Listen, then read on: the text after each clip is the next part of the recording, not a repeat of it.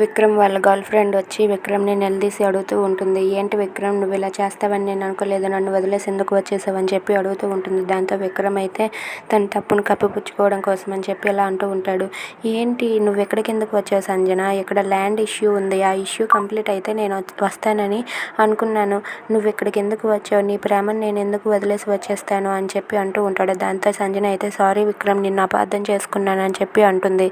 దాంతో విక్రమ్ అయితే సంజనని దగ్గరకు తీసుకొని హక్ చేసుకొని, పిచ్చి సంజన, నేను నిన్ను వదిలేశానే, ఇక్కడ ఇంకో అమ్మాయిని పెట్టాను, ఆ అమ్మాయితో పెళ్లి జరిగితే అప్పుడు ఎలా ఆడాలో అలా ఆడుతా ఆ అమ్మాయితో అని చెప్పి అంటూ ఉంటాడు. ఇంతలో అలా హక్ చేసుకొని ఉండగా ఇంతలో అక్కడికి చంద్రకళ వస్తుంది. ఇక అక్కడ ఉన్న విక్రమ్ని చూసి ఒక్కసారిగా షాక్ అయిపోతుంది. ఏంటి ఈయన పెళ్లి చూపులకు వచ్చిన ఆయన కదా, వేరే అమ్మాయితో ఇక్కడ ఇలా ఉండడం ఏంటి, ఇదంతా పెద్దనాన్నకి తెలిస్తే ఈ పెళ్ళి ఆపేస్తారు, ఎలాగైనా సరే పెద్దనాన్నకి ఈ విషయం చెప్తానని చెప్పి చంద్రకళ అయితే అనుకుంటూ ఉంటుంది. If you like this video please like, share and subscribe.